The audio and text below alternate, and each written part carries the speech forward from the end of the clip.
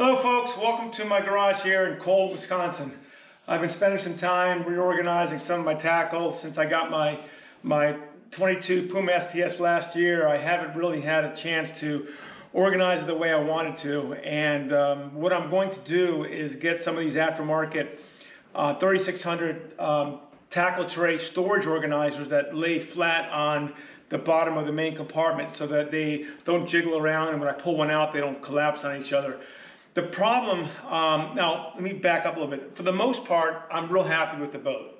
Really like what Cat Did, but there's some things about the layout, particularly the storage layout, that Cat really, I wish they would just address in the next models. And that is the way they've designed the main compartment and also some of the back compartments. I'll show you in a minute. The problem with the main compartment is that there is a net scabbard right here. This compartment right here is where the net scabbard is. And you can see it kind of goes down into the belly of the hull, and it creates a divider here. That's one issue. It's not the biggest problem, but the problem I have is that there's angles on the bottom floor to kick up. And I'll show you what I'm talking about in the next section of this video. So let me just pause here and show you real quick in here and the issue I have with the back compartments. Okay guys, let me show you what I'm talking about here. So this is my starboard side. This is where I keep all my plastics, and I have my spinning tackle sitting on top, so that works out pretty good. So let me shut that for now. Okay, this is the main compartment of the Cat Puma STS, and this is what we're talking about. Okay, so as you can see, there's a center divider there where that net scabbard compartment kind of jets down into it, and it just kills a lot of space. Now maybe I'm being picky, but I just think Cat could have done something better. I just assume not have a net scabbard up front and really kill not only the space here, but you're also killing some space up top here where you have a compartment on the left and another one on the right. As you can see here, let me open this up here. I'll open this right one here. You can see here, this could be bigger if we didn't have that net scabbard there, but I don't want to get too picky.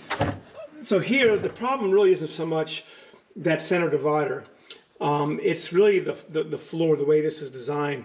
Now, they have an angle there on the left and an angle there on the right, and that's probably because of the hull. The way the hull is designed, you're running into the sides of the hull, and it has to be there. But I really think they probably could have sacrifice a little bit of the height, because there's plenty of height in here. Okay, so when you put these trays in here, right, you can see there's plenty of room here.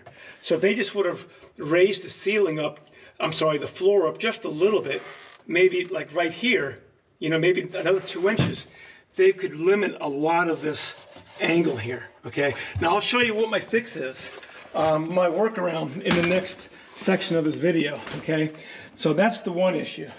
All right, raising that floor would really help out a lot. Okay, the second issue I have is these back compartments back here. Now, these things have angles on them. You can see these angles, and I know why they did that. It's because of the live well. They wanted this live well to be triangular, and there's benefits to that, so I get that.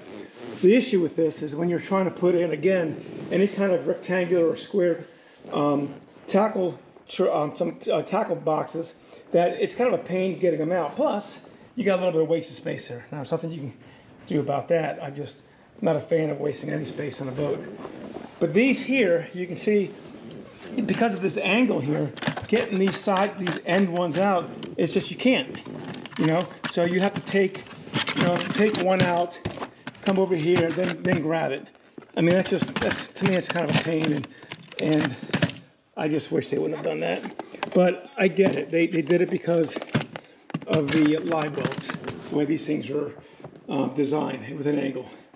So it's not, maybe I am being picky, but I just wish these things weren't shaped with these angles like this, because of the wasted space, and they're just a pain to get out.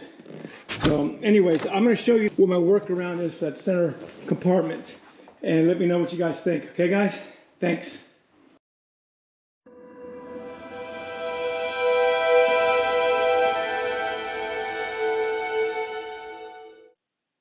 All right, guys, so here's the Cat Puma STS center storage compartment, and you can see a couple of problems here. One, they had that center divider. That is the net scabbard that protrudes into the storage compartment. And I really wish Cat didn't do that. Also, you can see on the floor, in the upper left and the upper right, you can see how the floor kind of protrudes upward at an angle. And that causes kind of a problem if you want to mount any kind of aftermarket storage compartment holder. There's a couple of companies that offer that. So you'll see here on the left-hand side and also on the right-hand side, you'll see how that protrudes up. Now here's a pretty close view of that angle. Now, I mean, you could put stuff in there; it works fine. It's just that I like to use some of those aftermarket products that hold your trays in place. So what I've done to fix this was I've taken up a paper bag and I've traced it out onto a board once I laid it there flat. So let me show you here this next step what I do. Line onto my pegboard here, and then I bring it over to the table saw and make my cuts. The next thing I do is I want to transfer that angle onto the paper bag, and that angle there is the problem. I will make that cut onto the board once it's transferred over. So here you can see where I have the line, that angle transferred over, and then I transferred over to the board, and I make my cut there. Then the next step I do is I round off those corners because that one corner is where the drain hole is going to be down on the corner there, as you can see there in the picture. And then here I just simply flip it over and do a test fit for the other side.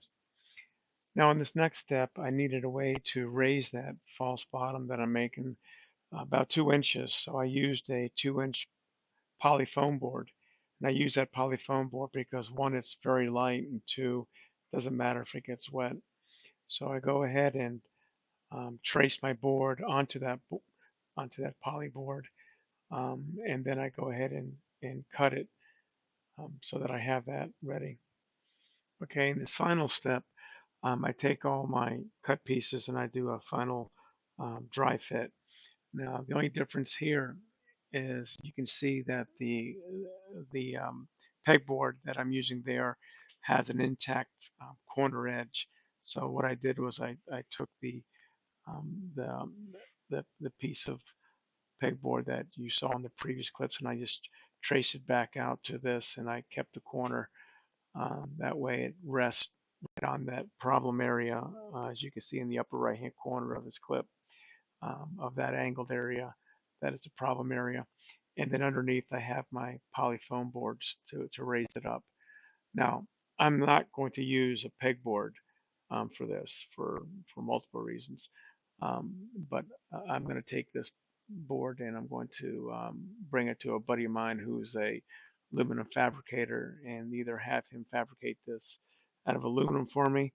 So it's durable, it won't be bothered by the water, or I may just use a plexiglass. So I haven't quite decided yet. If you guys have an idea, let me know. This way I can use any aftermarket tray organizer holder and just rivet up from the bottom and it'll work out nicely. I'll have all my trays sitting up vertically flush with the bottom. So I hope this helps, guys. I hope this is a solution that you could use as well. Thanks.